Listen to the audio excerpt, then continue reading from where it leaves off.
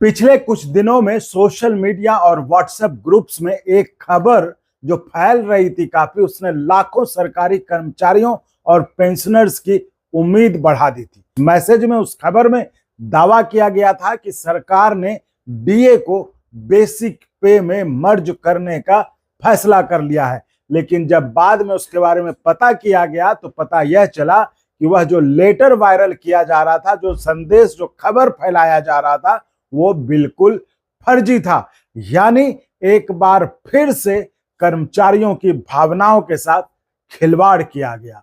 सवाल है कि आखिर ऐसी खबरें बार बार वायरल क्यों होती है? क्यों लाखों कर्मचारी डीए मर्जर की खबर सुनते ही उत्साहित हो जाते हैं? और आखिर कर्मचारी संगठन डीए की गणना प्रणाली में इतने बड़े बदलाव की मांग कर क्यों रहे हैं? तो आज हम किसी अफवाह की नहीं बल्कि उन वास्तविक मांगों की चर्चा करेंगे, बात करेंगे इस वीडियो में, जो कर्मचारी संगठन 8वें वेतन आयोग के सामने रख चुके हैं। जी हां, और जो अगली मीटिंग्स होनी है 8वें वेतन आयोग के समय के साथ, वहां पर वो इसको दमदारी के साथ आगे रखने की तैयारी कर रहे हैं। और साथ ही आपको बताएंगे कि डीए मर्जर की मांग आखिर कर्मचारियों के लिए इतनी महत्वपूर्ण क्यों मानी जा रही है।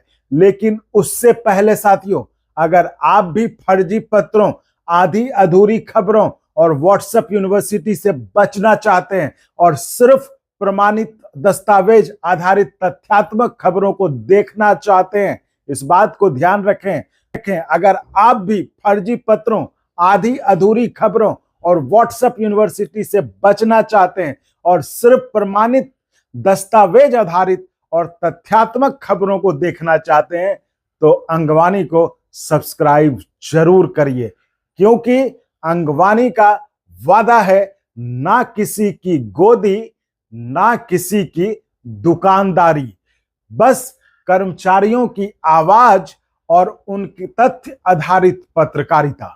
जी हां, बस।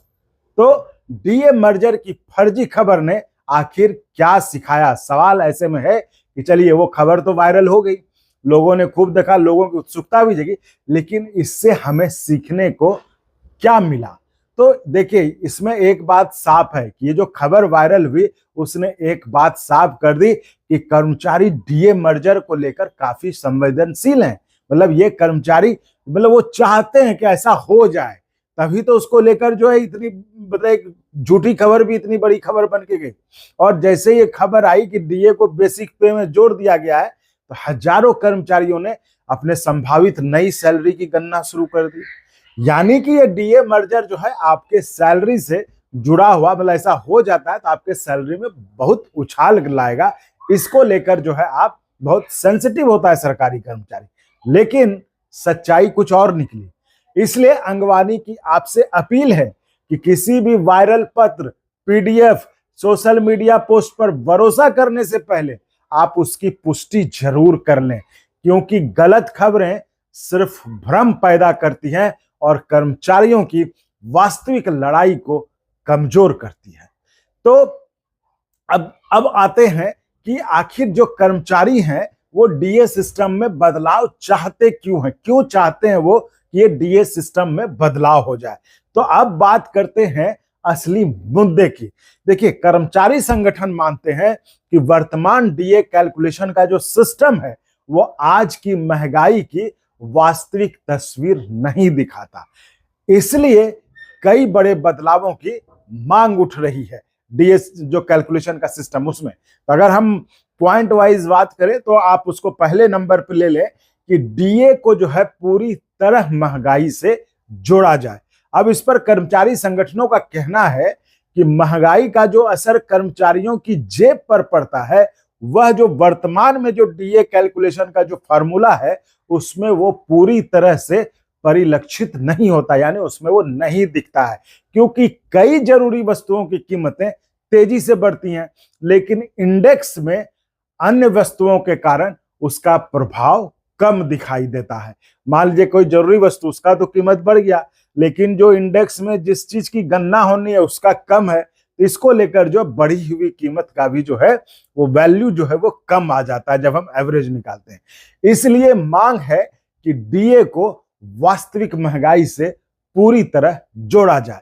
तो ये हुई मांग नंबर 1 की बात। अब हम आते हैं मांग नंबर 2 पर, और वो है कि 12 महीने नहीं 6 महीने का औसत होना चाहिए इसमें। तो वर्तमान में जो डीए कैलकुलेशन में 12 महीने का एवरेज लिया जाता है, लेकिन डीए मिलता है हर 6 महीने में। यही होता है ना आपके साथ। तो कर्मचारी संगठनों का तर्क है कि जब भुगतान 6 महीने में हो रहा है तो गणना भी 6 महीने के औसत के आधार पर ही होना चाहिए, ताकि बढ़ती महंगाई का लाभ कर्मचारियों को जल्दी मिल सके, मतलब तत्काल मिल सके, है ना। ये हुई दूसरी मांग नंबर 2। अब आते हैं मांग नंबर 3 पर, कि सरकारी कर्मचारियों के लिए बिल्कुल अलग कंजम्पशन बास्केट होना चाहिए।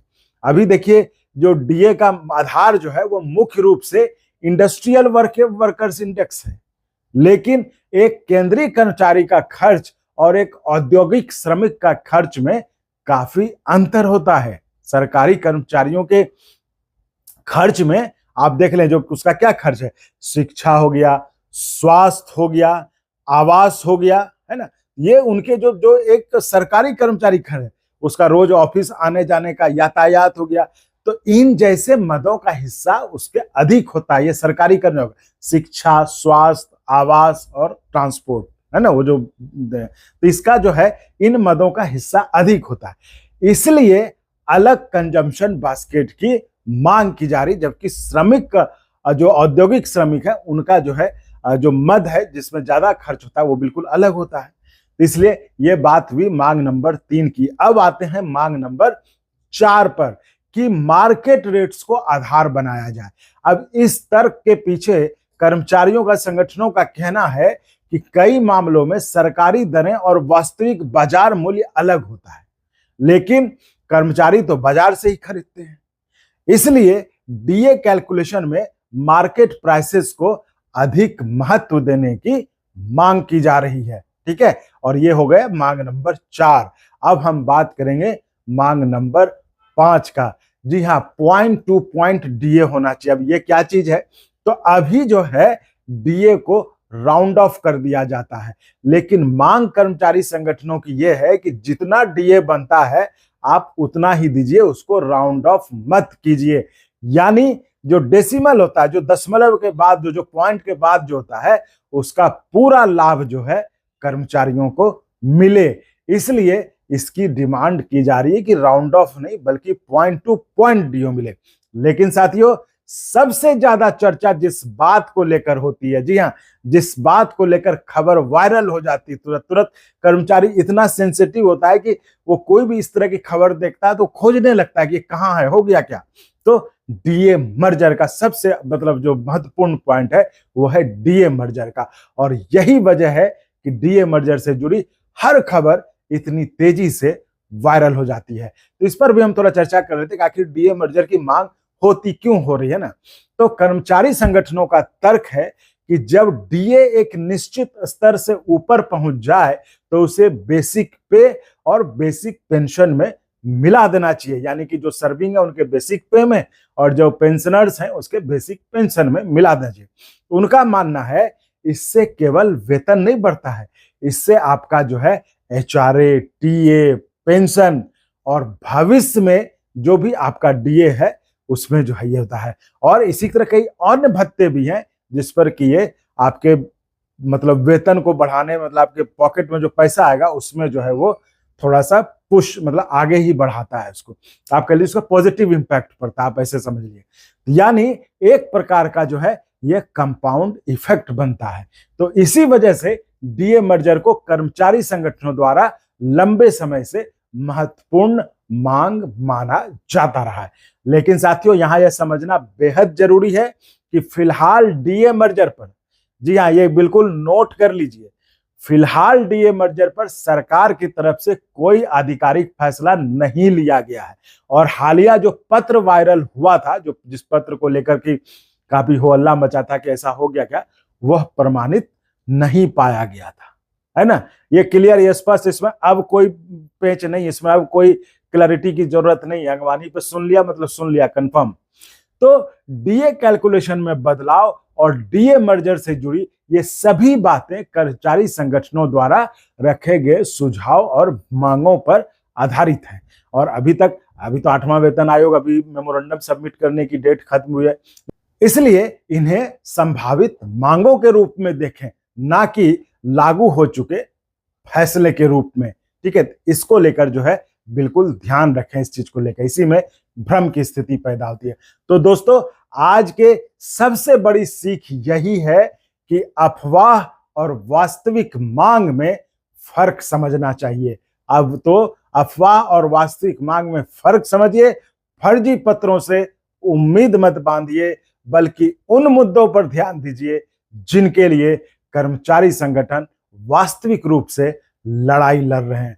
अगर आप चाहते हैं आपको सिर्फ कंफर्म, वेरीफाइड और डॉक्यूमेंट बेस्ड खबरें मिले, तो अंगवानी परिवार का हिस्सा जरूर बनिए। चैनल ज्वाइन कीजिए या फिर एनुअल मेंबरशिप लेकर इस अभियान को मजबूत करिए, क्योंकि मजबूत कर्मचारी आवाज के लिए मजबूत स्वतंत्र मीडिया का भी होना बहुत जरूरी है साथियों। तो वीडियो पसंद आया हो तो लाइक करिए और अपने सभी कर्मचारी और पेंशनर्स के ग्रुप में शेयर करिए और कमेंट करके बताइए क्या आप डीए मर्जर के पक्ष में हैं। ये कमेंट करके जरूर बताइए कमेंट में। तो साथियों, इस पर आप अपनी राय जरूर दें कि क्या आप डीए मर्जर के पक्ष में हैं। तो चलिए, इस वीडियो में फिलहाल इतना ही। तो मिलते हैं अगली वीडियो में आपसे जुड़ी किसी और बड़ी खबर के साथ। तब तक के लिए धन्यवाद।